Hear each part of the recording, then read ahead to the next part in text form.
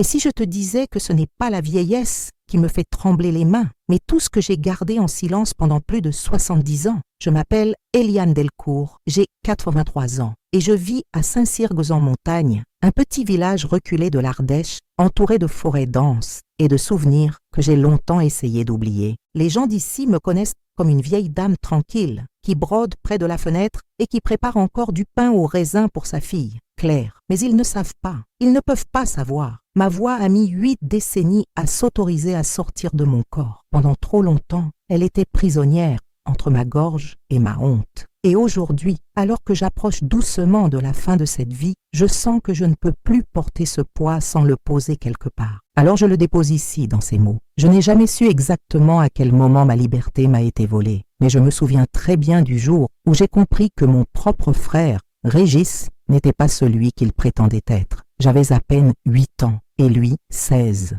Il avait cet air pieux que notre mère, Odette, aimait tant. Il aidait au presbytère, servait la messe et avait toujours les bonnes paroles lorsqu'il parlait du frère Augustin, notre guide spirituel à l'époque. Mais derrière les portes closes de la maison familiale, il n'y avait ni prière ni bénédiction. Il n'y avait que le bruit de mes pas qui s'arrêtèrent de courir dès qu'il entrait dans la pièce. Il n'y avait que les silences lourds qui remplissaient les murs quand il me demandait de ne rien dire. J'étais une enfant. Je ne comprenais pas pourquoi ses mains étaient là où elles ne devraient jamais être. Pourquoi son souffle devenait lourd quand il me touchait? Pourquoi il me disait que c'était un secret sacré, que Dieu lui-même nous observait et nous pardonnerait si je restais sage? Et j'ai cru, parce que j'étais une petite fille qui voulait plaire, qui voulait être digne de l'amour de sa mère, une mère qui n'ouvrait jamais les yeux, même lorsque mes draps sentaient la peur, une mère qui disait que la famille passait avant tout, même avant la vérité. Les années ont passé, et avec elles, ma capacité à me souvenir sans trembler.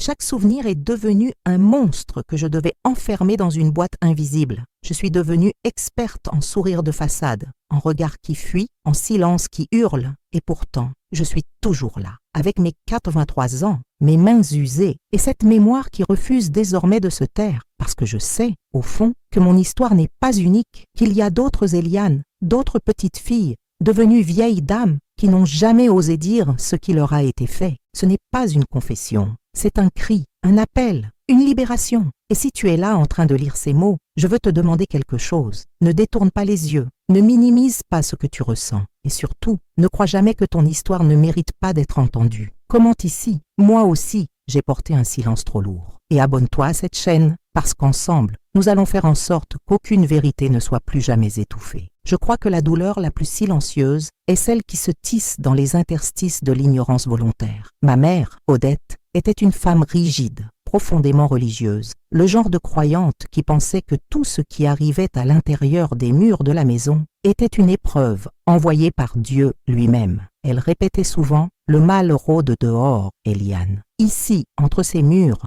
tu es en sécurité. » Et moi, je regardais mon frère Régis et je me demandais comment un mal si grand avait pu se faufiler à l'intérieur sans que personne ne le voie. Je me souviens des après-midi d'été où ma mère m'envoyait étendre le linge avec lui derrière la maison, près de la rivière. C'était là, entre les draps blancs et les branches basses, que son ombre s'approchait. D'abord un murmure, puis une main, toujours avec cette menace voilée dans les yeux. « Tu veux que maman tombe malade de chagrin? Tu veux qu'elle souffre pour ce que tu inventes ?» Je ne parlais pas, et dans mon silence, il trouvait le terrain fertile pour recommencer. Ma mère me regardait parfois avec sévérité, surtout quand je m'asseyais à table sans sourire. Elle me reprochait de ne pas être aussi joyeuse que les autres enfants de l'église, de ne pas être aussi obéissante que Claire, ma cousine. « Qu'as-tu donc dans cette tête, Eliane ?» disait-elle. Et moi, je voulais crier que ce n'était pas dans ma tête que ça faisait mal, mais dans mon corps, dans mon cœur, dans ce que je ne comprenais même pas encore. Le frère Augustin venait souvent à la maison, il partageait le repas avec nous, parlait des Écritures et louait la foi exemplaire de la famille Delcourt. Parfois, il posait sa main sur mon épaule en disant que j'étais destinée à une vie de service comme Marie. Et moi, je voulais qu'on me voie autrement, pas comme une servante silencieuse, pas comme une enfant modèle, mais comme une fille brisée. Je n'avais personne à qui parler. Même Claire, que j'aimais comme une sœur, était trop jeune pour comprendre. Et puis, Régis avait toujours cette façon de tout inverser. Il m'appelait menteuse devant ma mère si je le regardais de travers. Il faisait tomber les assiettes exprès pour qu'on dise que c'était moi. Il volait des pièces dans le tiroir de la cuisine et les cachait sous mon lit. Odette me battait sans poser de questions. Et chaque gifle, chaque punition était comme un rappel que mon silence était ma seule protection. Je ne savais pas encore que ce silence allait me ronger pendant des décennies. Je ne savais pas qu'un jour, même les draps propres me rappelleraient ce que j'avais vécu derrière la maison, que les paroles d'un prêtre me feraient frissonner, même quand elles n'avaient rien de mal. Je ne savais pas que le mal qu'on m'avait fait ne s'arrêterait pas avec les années, mais qu'il s'enfouirait profondément, comme une racine invisible, prête à faire éclater mes fondations à la moindre secousse. Mais je me souviens d'un moment précis. J'avais 10 ans. C'était un soir d'hiver, et ma mère tricotait près du feu. Régis est entré, m'a regardé puis a dit « Tu sais, Eliane, tu es chanceuse, tu es la préférée de Dieu. » Et j'ai compris que personne ne viendrait me sauver. C'est ce soir-là que j'ai commencé à prier pour mourir. Je n'avais pas de mots pour décrire ce que je vivais. Ce n'était pas seulement de la peur. C'était une sorte de prison intérieure, un endroit où je n'étais ni enfant, ni adulte, ni vivante, ni morte. Et le pire, c'est que tout le monde autour de moi semblait heureux. Comment pouvais-je briser cette illusion sans tout détruire? Comment ici, je vois maintenant ce que d'autres ont refusé de voir et continuent avec moi? Parce que ce n'est que le début de ce que j'ai porté pendant toute une vie. Je me demande souvent si l'on peut se souvenir avec exactitude du moment où l'on cesse d'être une enfant. Pour moi, ce moment n'a pas été une date ni une fête d'anniversaire. C'était une nuit où mon frère Régis est entré dans ma chambre alors que tout le monde dormait et où j'ai su que j'étais seule, vraiment seule. Je devais avoir 11 ans. La lune dessinait des ombres longues sur le sol en bois. Je m'étais endormie en tenant ma poupée préférée, celle que ma grand-mère m'avait offerte. Quand j'ai senti la présence dans la pièce, j'ai d'abord cru que c'était ma mère, mais l'odeur n'était pas la sienne. L'air s'est chargé d'une tension que je ne connaissais que trop bien, un mélange de menaces et de silence étouffant. Je ne vais pas décrire ce qu'il m'a fait. Il y a des choses qui ne peuvent être dites sans être souillées une seconde fois. Mais ce que je peux dire, c'est que c'est cette nuit-là que quelque chose en moi s'est brisé définitivement. Ce n'était pas seulement mon corps, c'était la certitude que personne ne viendrait, que personne ne m'entendrait, que Dieu, s'il existait, m'avait abandonné. J'ai prié. Oh, combien j'ai prié. J'ai supplié dans le noir, les mains jointes, les larmes coulant sans bruit, pour que quelqu'un entende, pour que Régis meure, pour que je disparaisse, pour que tout cela ne soit qu'un cauchemar. Mais chaque matin, je me réveillais dans le même lit, dans la même maison, avec la même peur ancrée dans mes os. Le pire, c'était de voir ma mère préparer le petit déjeuner comme si de rien n'était, de la voir sourire à Régis, lui couper du pain, le féliciter pour ses lectures du dimanche à l'église, de l'entendre dire qu'elle était fière de lui, de ce garçon dévoué et pieux. Et moi, j'étais là, dans ma peau souillée, invisible à leurs yeux. À l'école, je devenais de plus en plus silencieuse. Mon institutrice, Madame Bréchet, m'a convoquée un jour pour me demander si tout allait bien. J'ai voulu lui dire, j'ai ouvert la bouche, mais aucune parole ne sortait. Comment aurais-je pu expliquer cela avec des mots d'enfant? Alors j'ai hoché la tête et je suis rentrée chez moi avec une nouvelle punition, le silence. Régis me surveillait. Il savait quand j'étais plus fragile, plus docile. Il savait comment me faire taire avec un seul regard. Et parfois, il pleurait après. Oui, il pleurait. Il me demandait pardon. Il me disait qu'il était malade, que c'était plus fort que lui, que j'étais spéciale pour lui. Il m'appelait son ange. Je ne savais plus ce qu'était la vérité. Était-ce possible d'aimer et de faire du mal en même temps? Ma confusion était immense. À 12 ans, je ne comprenais plus rien au monde. J'ai commencé à écrire dans un cahier secret. Je notais mes prières, mes peurs, mes rêves. Je dessinais des visages sans yeux, des maisons sans porte, des arbres brûlés.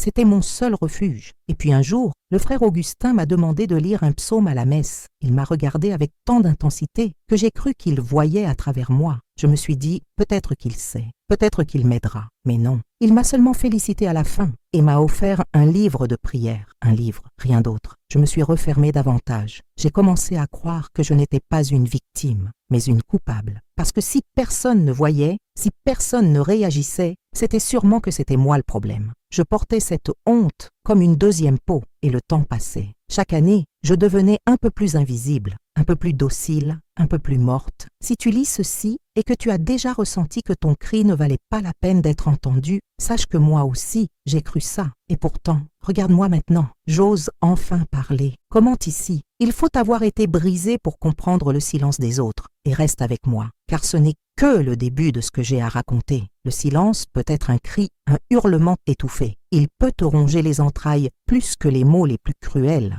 Je l'ai appris à 13 ans, quand je me suis surprise à réciter les psaumes, non plus pour Dieu, mais pour survivre. Régis continuait à venir, toujours la nuit, toujours sans un mot. Mais ce n'était plus seulement lui, c'était tout ce qui l'entourait. Ma mère, Odette, avait cessé de me regarder vraiment. Elle me disait parfois que je devenais étrange, que je devais prier davantage, que mes mauvaises pensées me rendaient malade. Mais elle ne posait jamais les bonnes questions, elle n'osait pas voir. Ou peut-être ne voulait-elle pas. À l'église, je devenais le modèle de la piété, toujours là, toujours silencieuse. Le frère Augustin m'a prise sous son aile, comme il disait. Il aimait dire que les enfants sages sont ceux que Dieu protège. Alors j'ai joué mon rôle. J'ai lu, j'ai chanté, j'ai aidé à préparer les bancs. Je me disais, si je suis parfaite, Dieu me sauvera. Mais les nuits continuaient et Dieu restait silencieux. Un jour, le frère Augustin m'a demandé de rester après la messe. Il m'a offert un chapelet ancien. Il m'a dit que j'avais une lumière spéciale, qu'il ressentait quelque chose de fort quand je priais. Il a posé sa main sur ma tête, puis sur mon épaule, un peu trop lentement. J'ai reculé, j'ai murmuré un remerciement et je suis partie. Depuis ce jour, j'ai cessé de croire que l'Église était un refuge. Je ne savais plus à qui faire confiance. Régis me disait qu'il m'aimait. Ma mère disait que je devais prier. L'Église me disait d'obéir. Et moi, je devenais un fantôme. J'étais là, mais plus vraiment. À 14 ans, j'ai eu mes règles pour la première fois. Je me souviens avoir eu peur. Une peur animale, comme si ce sang signait quelque chose d'irréversible. Et j'avais raison. À partir de ce moment-là, les choses ont changé. Régis est devenu plus brutal. Il disait que maintenant, j'étais une femme, que je devais comprendre mon rôle. Je me suis mise à écrire des lettres que je n'ai jamais envoyées. À Dieu, à ma mère, à une version de moi plus vieille.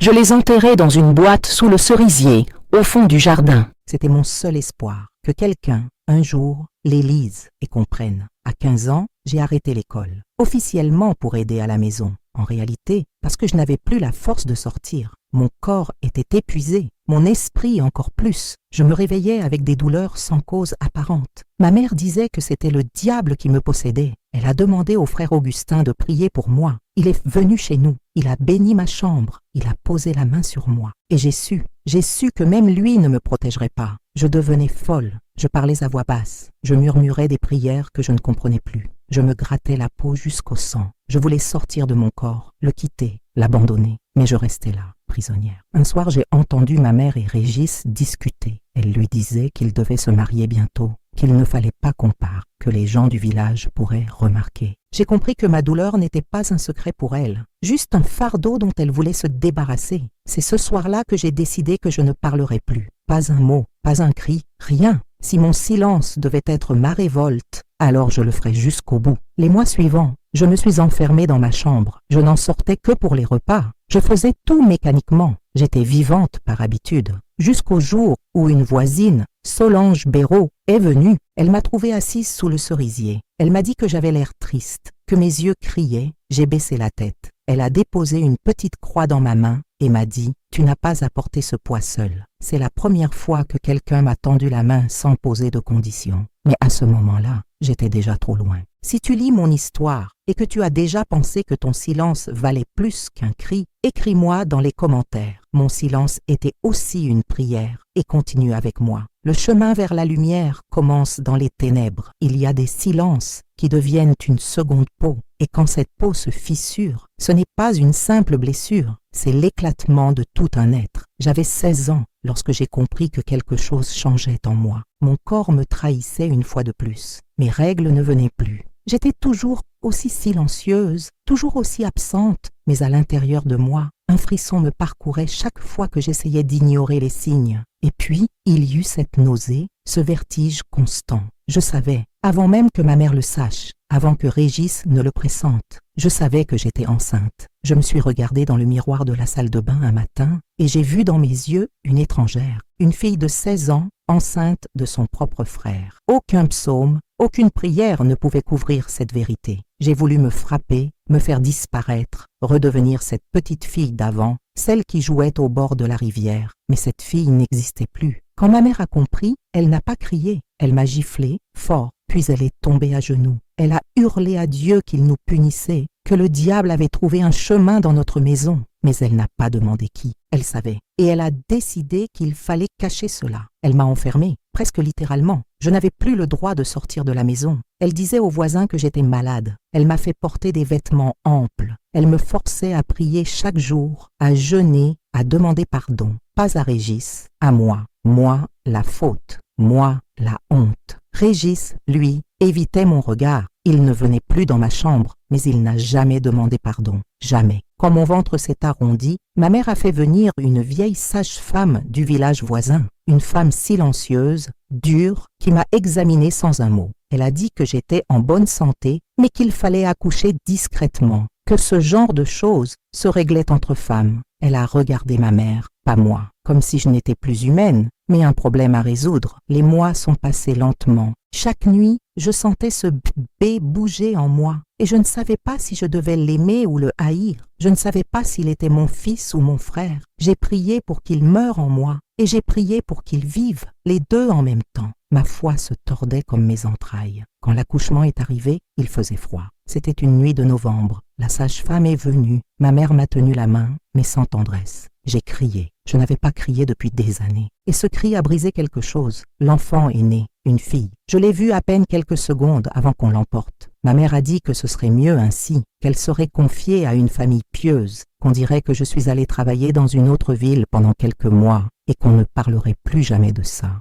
Je ne sais pas où elle est allée. Je ne sais même pas si elle est restée dans la région. Je n'ai jamais su son nom, mais je l'ai portée, je l'ai sentie. Et chaque nuit, je pense à elle, pas comme un rappel de ma honte, mais comme la seule chose pure qui soit sortie de tant de noirceur. Après ça, ma vie s'est arrêtée. J'ai vécu, mais sans exister. J'étais là, je mangeais, je priais, je répondais « Amen », mais mon cœur n'y était plus. Je n'étais qu'une enveloppe vide. Un jour, Solange est revenue. Elle a dit qu'elle ne comprenait pas pourquoi j'avais disparu. Je lui ai dit que j'étais malade. Elle m'a regardé longtemps et elle m'a dit doucement « Tu as le droit de dire non, Eliane, même à ta propre famille. » Ces mots m'ont hanté. Ils ont ouvert une faille. Et c'est là, peut-être, que la révolte a commencé. Si tu lis cette histoire et que tu as déjà porté un poids que personne ne pouvait voir, écris-moi en commentaire. Je me reconstruis, morceau par morceau. Et n'oublie pas, ton silence n'est pas une fin. C'est peut-être le début de ta libération. Pendant des années, j'ai appris à marcher dans le monde sans laisser de traces. J'étais devenue experte dans l'art de disparaître même en présence des autres. Je regardais les gens parler, rire,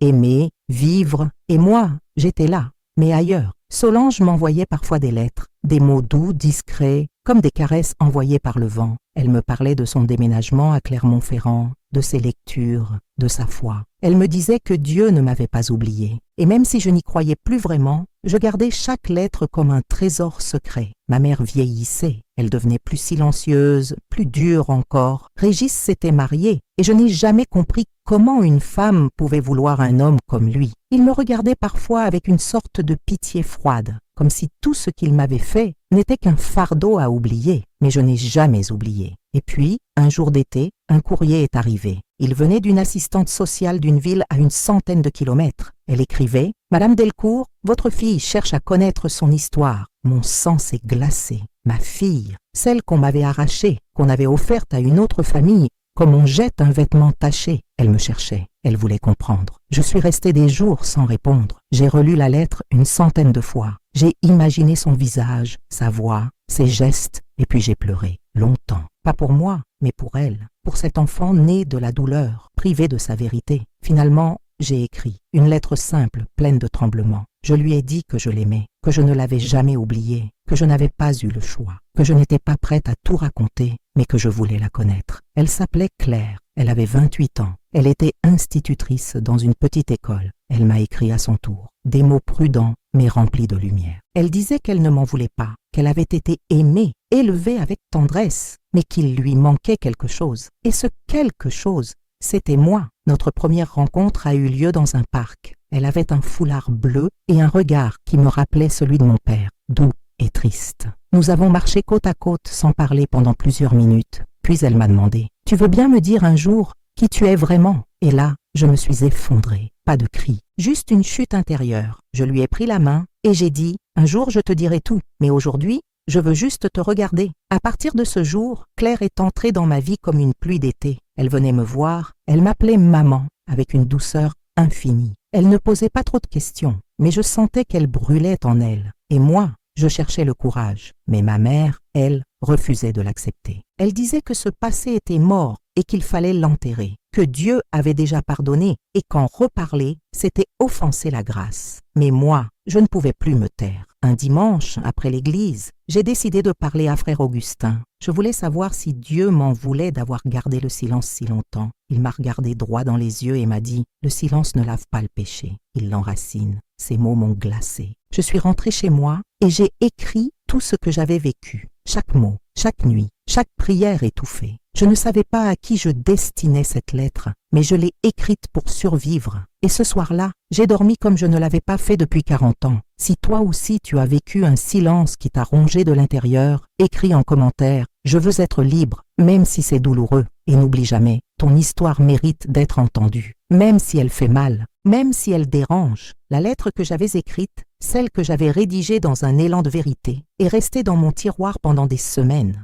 Chaque soir, je la relisais. Chaque mot était une lame, mais aussi une délivrance. C'était comme si, à force d'avoir été étranglée par le silence, ma voix s'était imprimée sur le papier. Claire continuait de venir me voir. Elle me racontait son quotidien, ses élèves, ses promenades. Elle riait d'un rien, mais dans son regard, il y avait toujours cette attente. Elle savait que quelque chose pesait dans l'air, comme une pluie qui n'arrive jamais, mais qu'on sent dans les eaux. Je l'aimais, d'un amour que je n'avais jamais pu offrir à personne. Elle était ma chance de réparer ce qui avait été brisé. Un après-midi, je l'ai trouvée dans le jardin, assise sous le vieux pommier de mon père. Elle m'a demandé doucement « Tu veux me dire aujourd'hui ?» Et moi, j'ai dit oui. J'ai sorti la lettre de mon tiroir et je lui ai tendue. Je n'ai pas pu la lire à voix haute. J'ai juste posé ma main sur la sienne et je suis partie dans la pièce d'à côté. Je l'ai entendue pleurer, pas de colère, pas de cri, juste ce chagrin silencieux, profond, celui qui ne cherche pas de coupable mais une explication. Quand elle m'a rejointe, ses yeux étaient rouges, mais son étreinte était douce. Elle m'a dit « Merci de m'avoir fait naître, même dans la douleur. » Ces mots m'ont bouleversée. Ils m'ont rendue humaine. Ils m'ont lavée. Mais ma mère n'a pas supporté cette vérité. Elle est entrée un jour chez moi,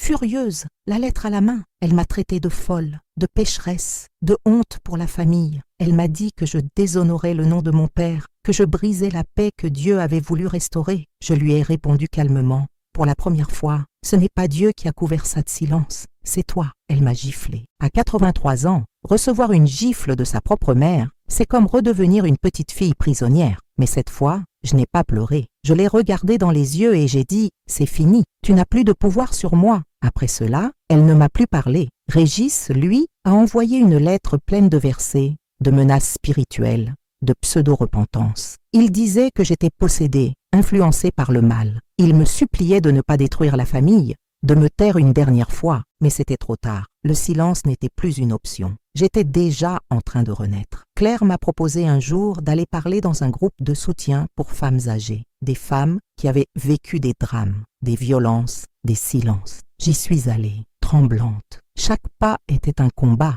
mais ce jour-là, j'ai raconté mon histoire à voix haute pour la première fois, et j'ai vu, dans les yeux de celles qui m'écoutaient, que je n'étais pas seule. Nous étions des centaines à avoir été brisées en silence. Je suis rentrée chez moi vidée, mais vivante. Et ce soir-là, Claire m'a prise dans ses bras et m'a dit « Tu es la femme la plus courageuse que je connaisse. » Et pour la première fois, j'ai commencé à croire que peut-être je pouvais encore être libre. Pas seulement pardonnée, mais guérie. Si tu as ressenti un jour que ta vérité te brûlait de l'intérieur, commente ici. Mon histoire mérite d'exister. Et rappelle-toi, ton silence ne te protège pas, il t'enchaîne. Parle, libère-toi. Je pensais que parler une fois suffirait, que raconter mon histoire au groupe, à Claire, c'était le sommet de ma libération. Mais j'ai vite compris que le silence n'est pas un voile qu'on retire en un seul geste. C'est une seconde peau, il faut l'arracher chaque jour. Après cette première rencontre, j'ai été invitée à d'autres cercles. Je suis allée dans des maisons de retraite, dans des centres communautaires, parfois dans des églises progressistes. À chaque fois, je racontais.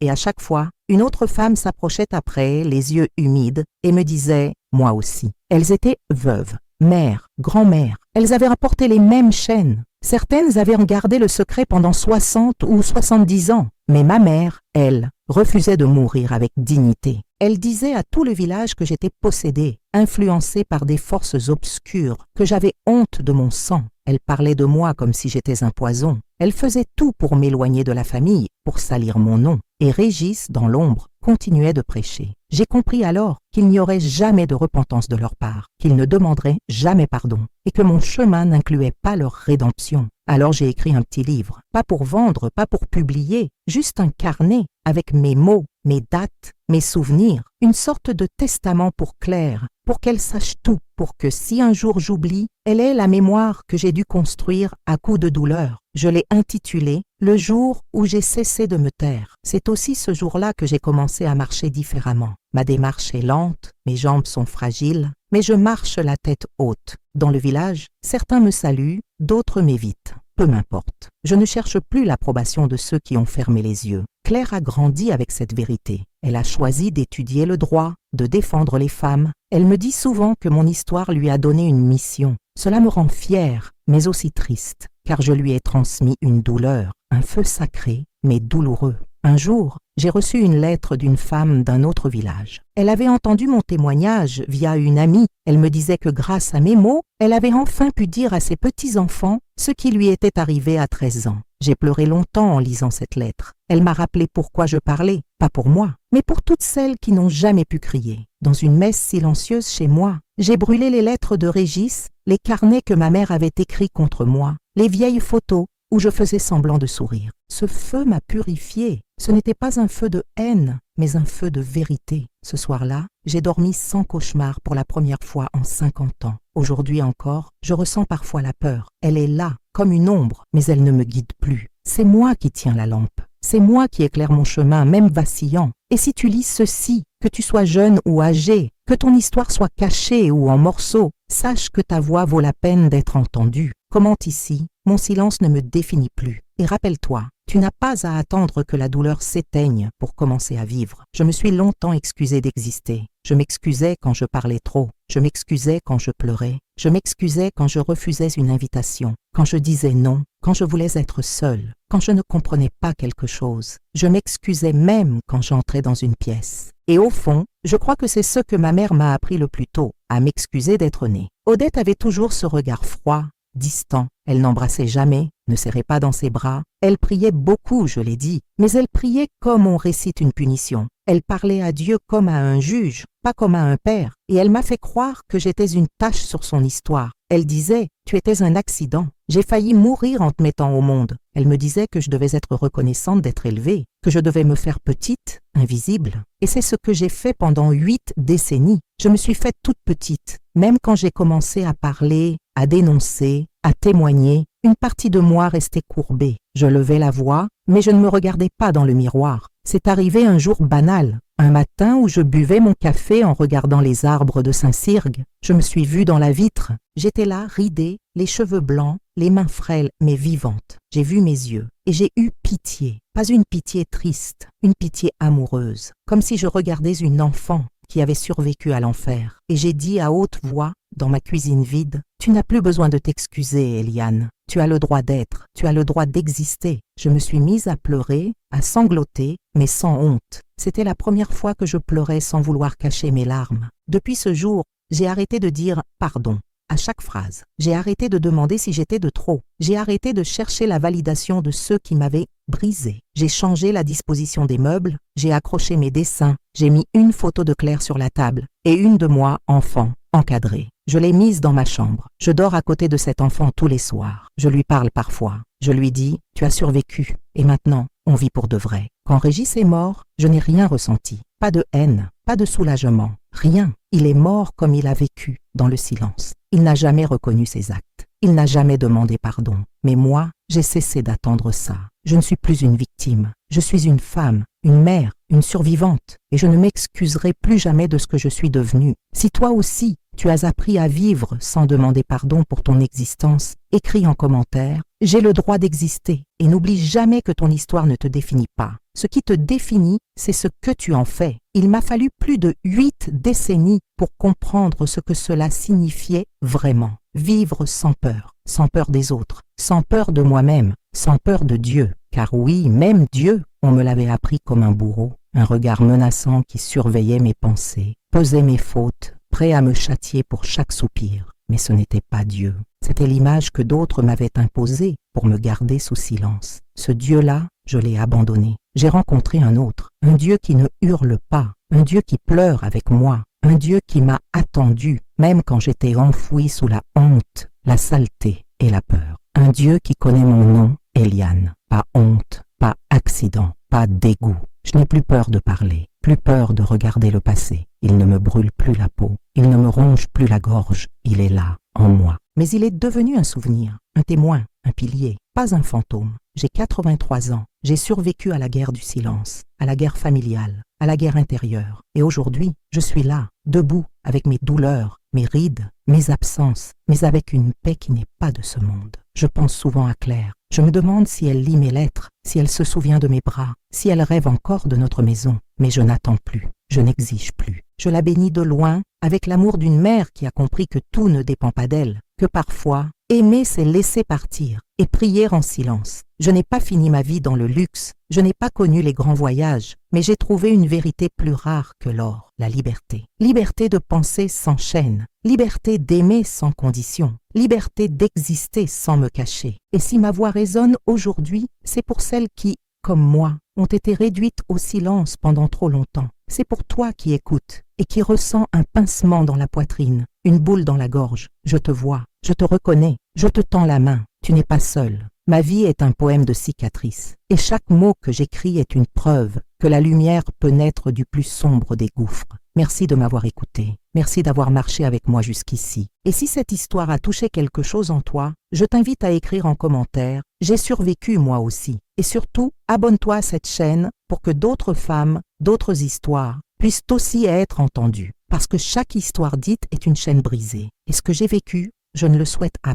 personne. Mais ce que je ressens aujourd'hui, ce sentiment d'avoir enfin le droit de respirer, je le souhaite à toutes.